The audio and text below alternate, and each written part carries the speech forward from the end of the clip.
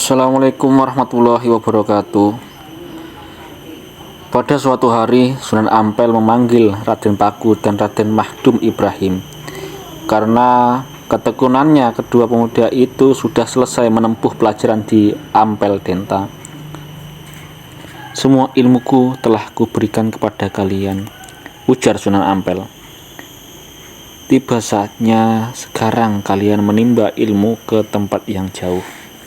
Jadilah musafir supaya kalian dapat berbagai pengalaman yang berharga, karena pengalaman adalah guru yang terbaik." "Kami harus melanjutkan pelajaran kemana, Kanjeng Sunan?" tanya Raden Paku. "Pergilah kalian ke Mekah sekalian dengan menunaikan rukun Islam yang kelima. Selama di negeri orang, kalian harus bersikap yang lebih dewasa dan hati-hati.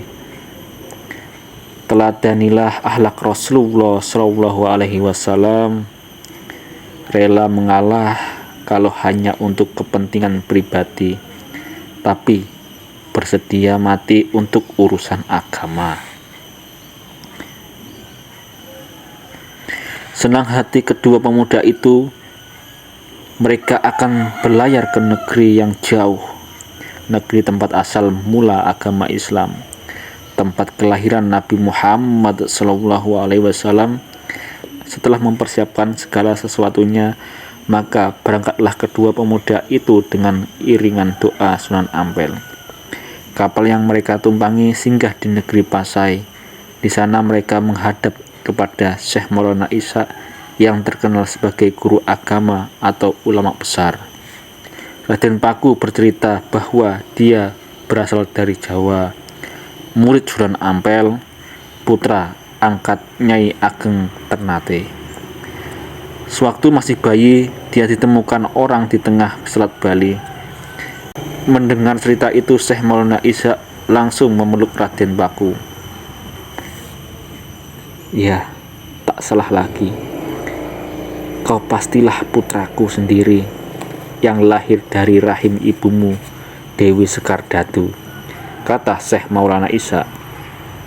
Syekh Maulana Isa menyarankan agar kedua pemuda itu tinggal lebih dahulu di negeri Pasai, karena di sana banyak para ulama dari berbagai negara yang mengajarkan agama Islam, terutama para ulama ahli sufi.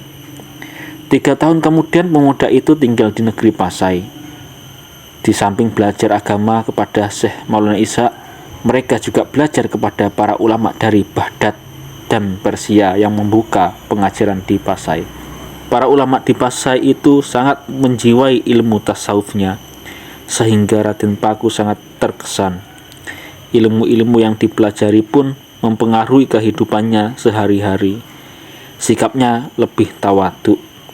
Guru-guru Raden Paku dan Raden Mahdum di Pasai sangat kagum pada kecerdasan Raden Paku. Semua ilmu yang dipelajarinya langsung dapat dikuasainya. Apabila ada masalah, Raden Paku dapat menyelesaikannya dengan baik dan mengagumkan segala pihak. Karena sikap dan kecerdasannya itu, banyak orang yang mengatakan bahwa Raden Paku dikaruniai ilmu laduni dari Allah Subhanahu wa Ta'ala. Atas semua yang dicapainya itu, maka dalam usia yang masih muda, Raden Paku sudah tampak sebagai seorang yang alim, khusyuk, pribadinya agung dan berwibawa. Sepasang matanya yang bersinar menunjukkan betapa dalam ilmunya.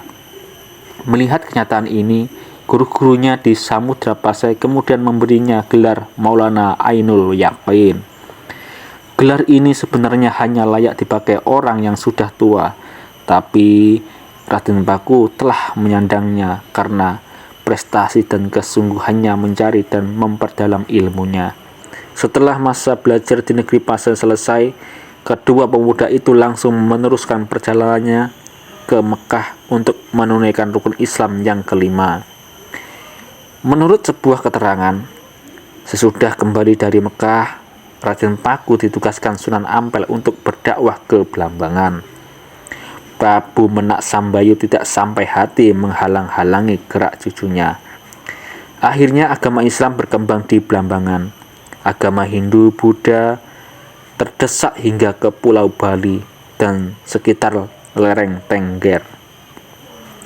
Berita lain mengatakan bahwa sekembalinya dari Mekah, Raden Paku ikut membantu ibu angkatnya untuk mengurus perdagangan.